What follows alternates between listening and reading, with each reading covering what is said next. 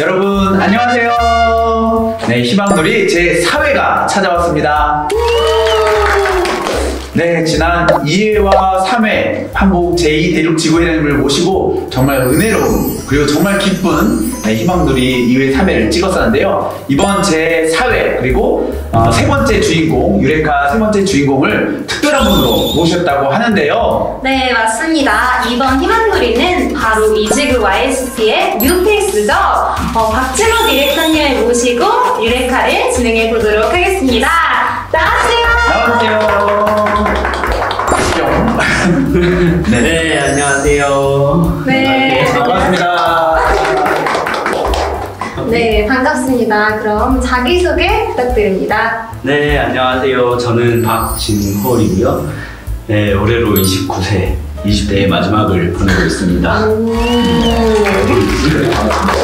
20대 마지막을 보내고 계신 박진호 디렉터님, 혹시 간단한 가족 소개도 부탁드릴 수 있을까요?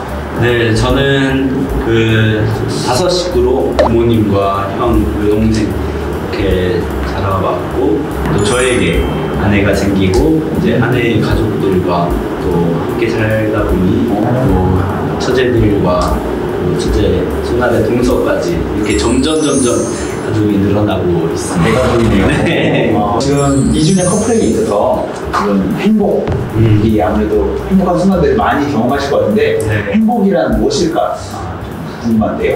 행복은 막연하게 당연하게 찾아오는 행복은 없다고 저는 생각을 합니다. 행복은 찾아야 되는 것이라 생각하거든요. 그래서 뭔가 아내와 함께 생활을 하면서도 어떠한 불행한 일을 겪든 행복한 일을 겪든 그것을 행복으로 인지하느냐 못하느냐에 따라서 스스로가 행복을 받아들일 수 있는 정도가 다른 거라 생각합니다. 최근에 다리를 다쳤는데 누군가는 다친 건 불행이다 라고 생각할 수도 있지만 나에게 있어서 다리를 다친 건 이 아내의 사랑을 느낄 수 있었던 행복의 시간이었습니다. 행복은 상대적인 거라서 찾아야 되는 것 같습니다. 주변에 불행한 일이 있더라도 그것을 행복으로 여긴다면 행복이지 않을까요? 행복은 상대적인 거라고 말씀을 하셨는데 혹시 축복받기 전과 달라진 점이 있다고 한다면 어떤 부분이 달라졌을까요? 사실 축복받기 전에는 제가 감동이었습니다. 감동이요? 네. 뭐 때로는 저기 안부 인사차 친구한테 연락하는 척하면서 네. 야, 잘 지냈냐? 이렇게 메시지를 보내면 요즘 잘 지내는데 너는 어때? 이러면 나는 잘 못 지낸다. 네, 그렇게 메시지를 하면은 관심을 받게 되는 그런 것들로서 사람을 충족하려고 했던 그런 내용이 있는데 이제 아내를 만나면서 그런 부분들을 상당수 해소하게 되는 경험들을 이렇게 변화되는 경험들을 하고 있습니다. 영예 청년님으로 충분해서 더 이상 잘 못 지낸다 라는 연락 대신 잘 지낸다 라는 연락을 준다니 너무 좋은 것 같아요. 그건 좋아질 것 같아요. 이제 상담 안 해도 됩니다. 그런지 연락이 없더라 이렇게 생각할 수도 있을 것 같은데요. 다음 질문을 드리고 싶은데요. MBTI가 어떻게 되시죠? ENFP. ENFP 인싸 중에 인싸 MBTI예요. 제가 같은 학교 같은 과 후배거든요. 네, 근데 제가 옆에서 봤을 때 학창 시절에 인싸 중에 인싸셨어요. 되게 유명한 동아리도 만들지 않았었나요? 동아리 만들었다고요? 네. 동아리라고 할 것까지는 없는데 작은 모임을 만들었었어요. 그래서 제가 스쿼시 치는 걸 좋아해서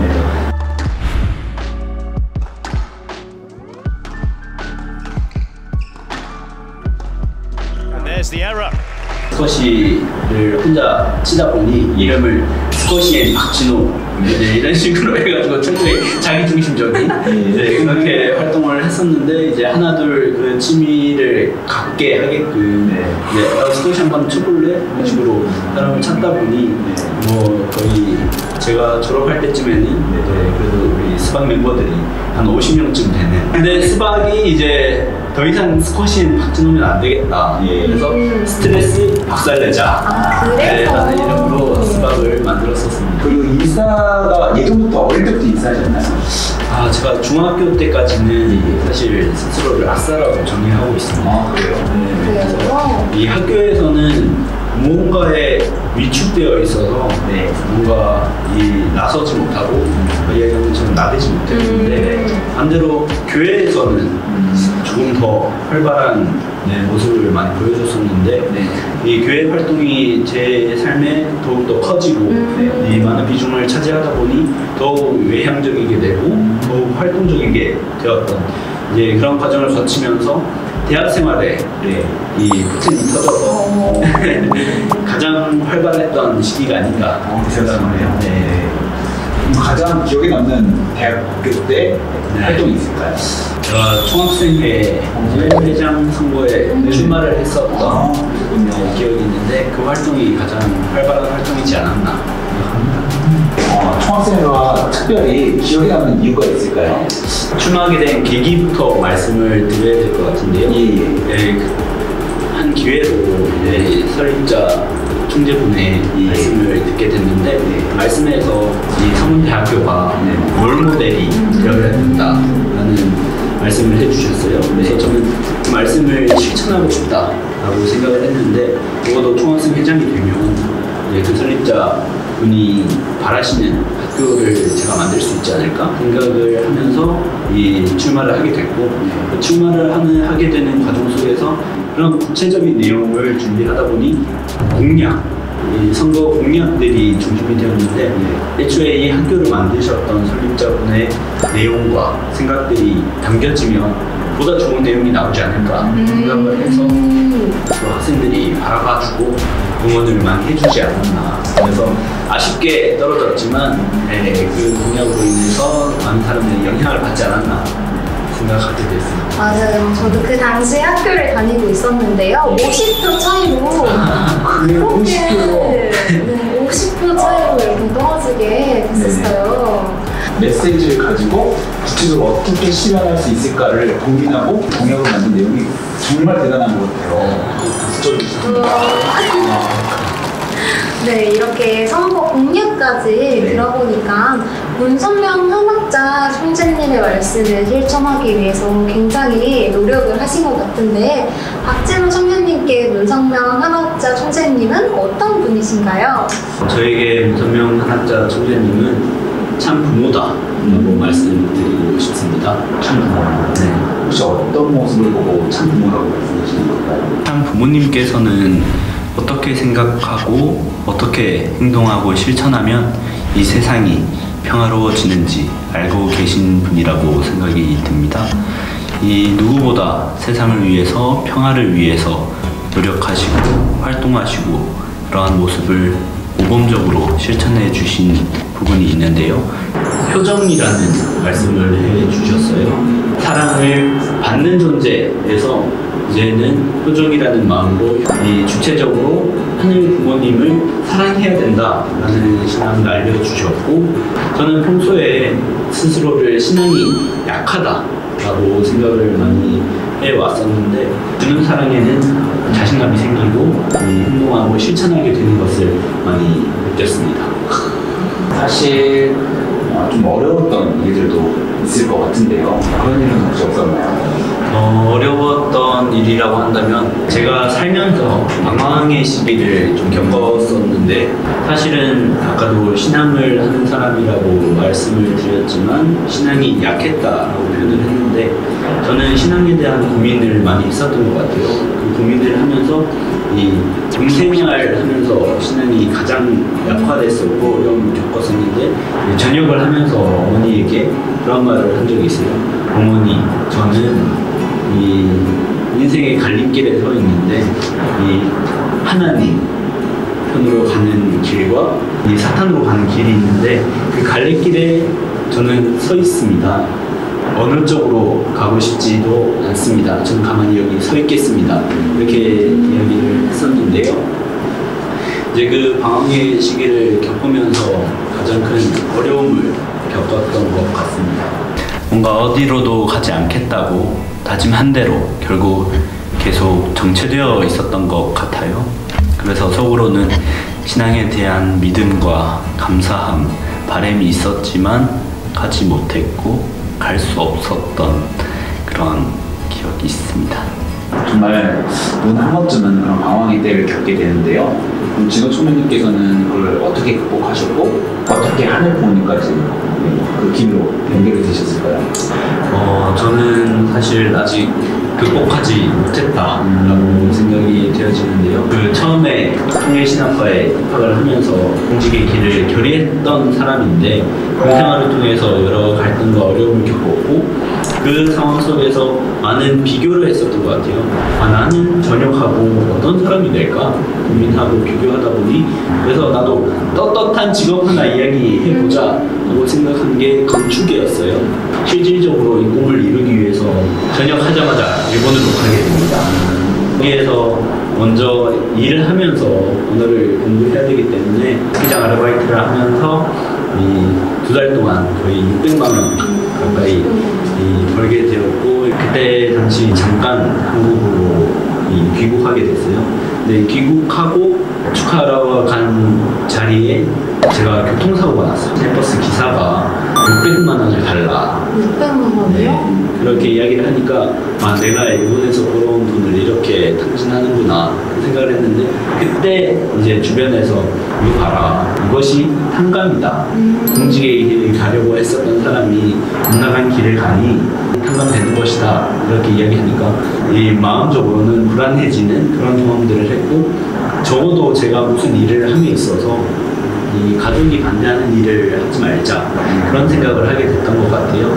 그 과정 속에서 저는 건축을 그래도 포기하지 않고 꿈꾸고 있었기 때문에 제 담당 교수셨던 김민지 교수님을 찾아뵙고 상담하게 되었는데 김민지 교수님께서 진호군은 어딜 가나 열심히 잘 살 건데 공직의 길에서는 진호군과 같은 사람을 필요로 해요 라고 말씀을 해주셨는데 그 말씀을 들으니 나를 필요로 해준다는 마음 그 마음에 감동을 많이 받았어요. 그래서 이 복학하기를 열심히 하게 됩니다.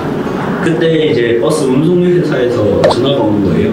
그 기사가 이런 접촉 사고 있을 때마다 병원에 입원하고 사고자의 돈을 뜯으려고 한다. 그래서 우리는 정리해고한 상황이고 주면 공과가 30만 원만 달라.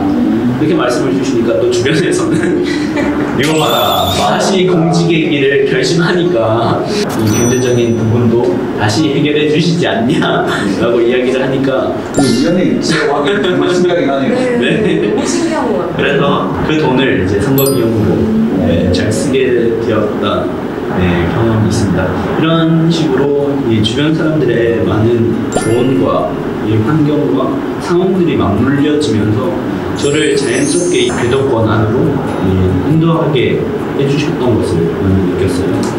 그래서 이 자연의 순리대로 따라가니 내 마음도 불안차고 나의 갈 길도 알게 되고 나의 갈 길을 통해서 진짜 내 인생을 살게 되는 그러한 놀라운 경험들을 했었던 것 같습니다. 네, 사실 그 갈림길에서 하늘편 길을 간다는 거는 사실은 목적지가 확실하기 때문에 그 분명해지거든요. 근데 그 다른 길을 갔을 때는 계속 방황을 할 수밖에 없는 것 같습니다. 오늘 이렇게 박진호 청년님과 함께 희망누리 유레카 인터뷰를 진행해 보았는데요. 오늘 이렇게 희망누리를 시청해주고 계시는 많은 청년분들이 있는데 혹시라도 박진호 청년님처럼 방황하고 있는 청년들이 있다면 그 청년들에게 해주고 싶은 말씀이 있을까요? 지금 방황의 시기를 겪고 있다는 것을 모를 수도 있어요.